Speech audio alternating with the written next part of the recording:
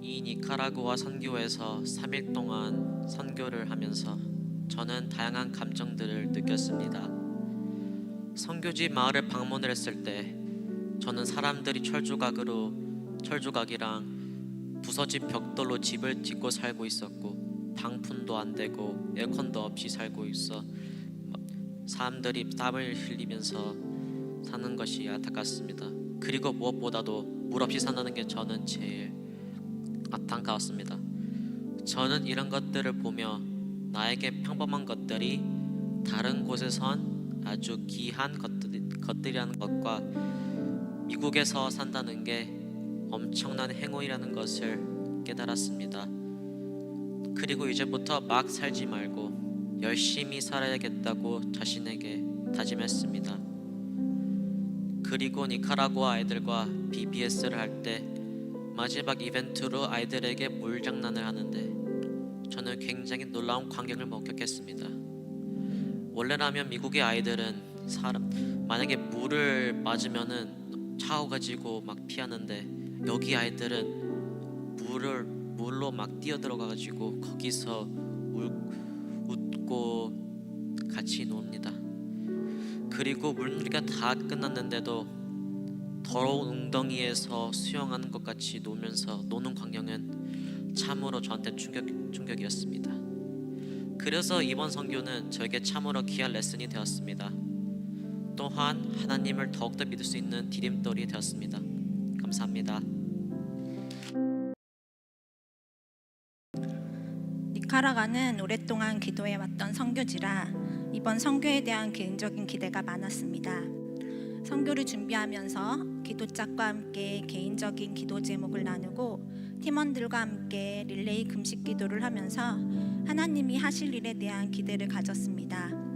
이미 선교 전에 제 개인적인 기도 응답이 있었기에 감사함과 함께 선교에 대한 기대가 더욱 커졌습니다.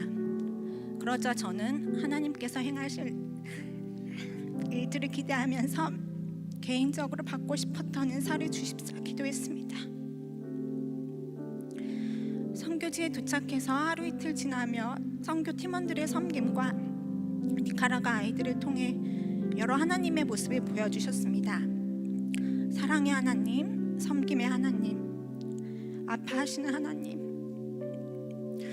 우시는 하나님, 탄식하시는 하나님,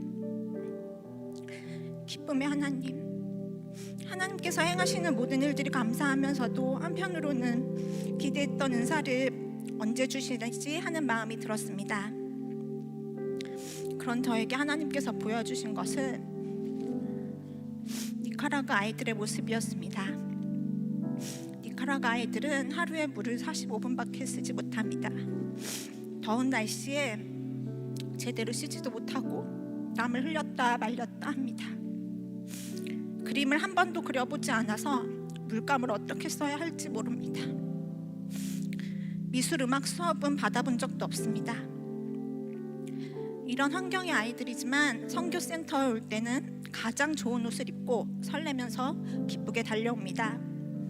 문을 언제 열어줄까 기대하며 비가 와도 더워도 달려옵니다. 처음 만나는 사람들에게도 웃으며 안깁니다. 그리고 누구보다 뜨겁게 하나님을 찬양합니다. 물감을 처음 써보고 그림을 처음 그려보는 아이들이지만 나보다 더 하나님을 잘 표현합니다. 이 아이들을 통해 하나님께서는 저에게 물어보셨습니다. 너는 어떤 마음으로 나를 만나고 있니? 네가 차지도 않고 뜨겁지도 아니하는도다. 내가 차든지 뜨겁든지 하기를 원하노라 고 하시는 말씀에 나의 지혜가, 나의 배움이, 내가 가지고 있는 것들이 부끄러웠습니다. 하나님을 전하러 갔는데 아이들을 통해 오히려 하나님이 진정으로 원하시는 것이 무엇인지를 보았습니다.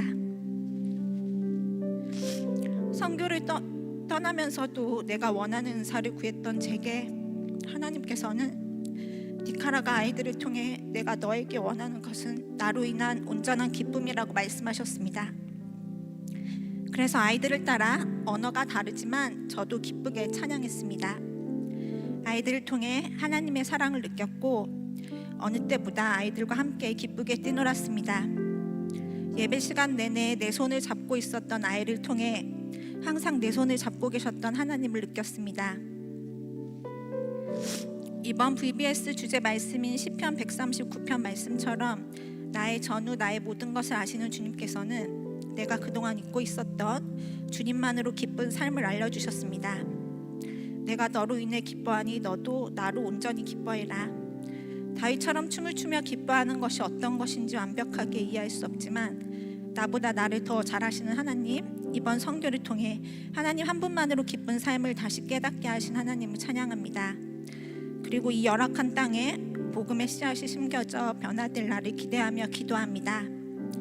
그림을 그려보지 못한 아이들이지만 언젠간 이곳에서도 프리다 칼로나 피카소 같은 세계적인 화가가 나오길 기대합니다.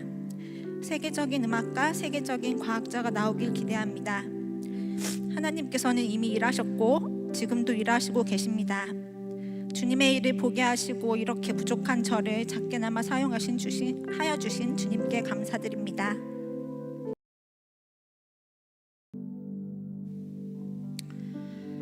다람쥐 쳇바퀴 도는 생활 속에서 언젠가 한 번은 선교제에 다녀오고 싶었지만 시간이 없다는 이유로 미루다 보니 65년이 걸렸습니다.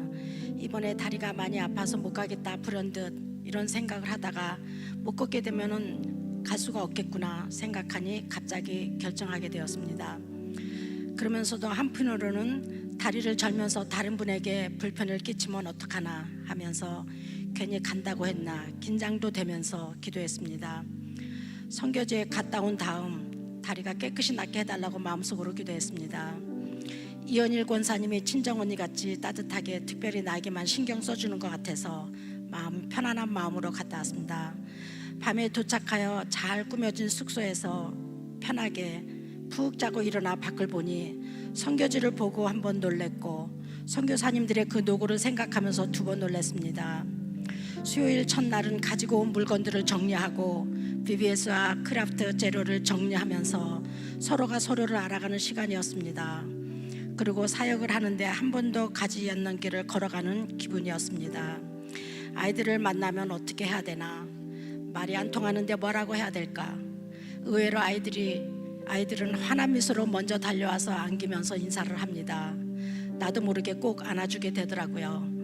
첫날이라 우왕좌왕했던 것 같지만 완성된 바람개비를 들고 뛰고 좋아하는 아이들을 바라보고 활짝 웃는 우리 성영 집사님을 보니 콧등이 찡했습니다. 왜냐하면 미국에서부터 머리를 맞대고 아이디어를 짜고 재료를 구입해서 무겁게 들고 와서 아이들을 만들기 쉽게 분별 작업을 해서 말이 안 통하는 사역 현장에서 우리도 답답했지만 애들은 얼마나 더 답답했을 텐데 활짝 웃는 모습으로 자신들이 만든 작품들을 들고 뛰고 바람개비를 날리는 모습을 바라보는 우리 성현 지사님 웃음은 세상에 결코 줄 수 없는 기쁨이었을 거라고 느껴져서 제가 더 은혜가 됐습니다.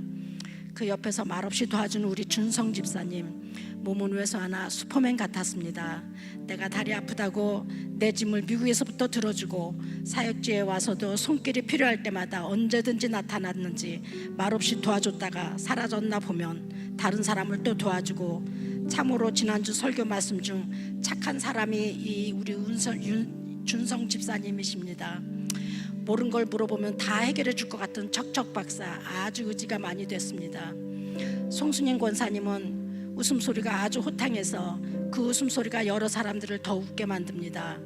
여자들 중에서 나이가 가장 많지만 절대 설거지는 양보를 안 하시고 뭐든지 솔선수범하시는 모습이 너무 좋았습니다.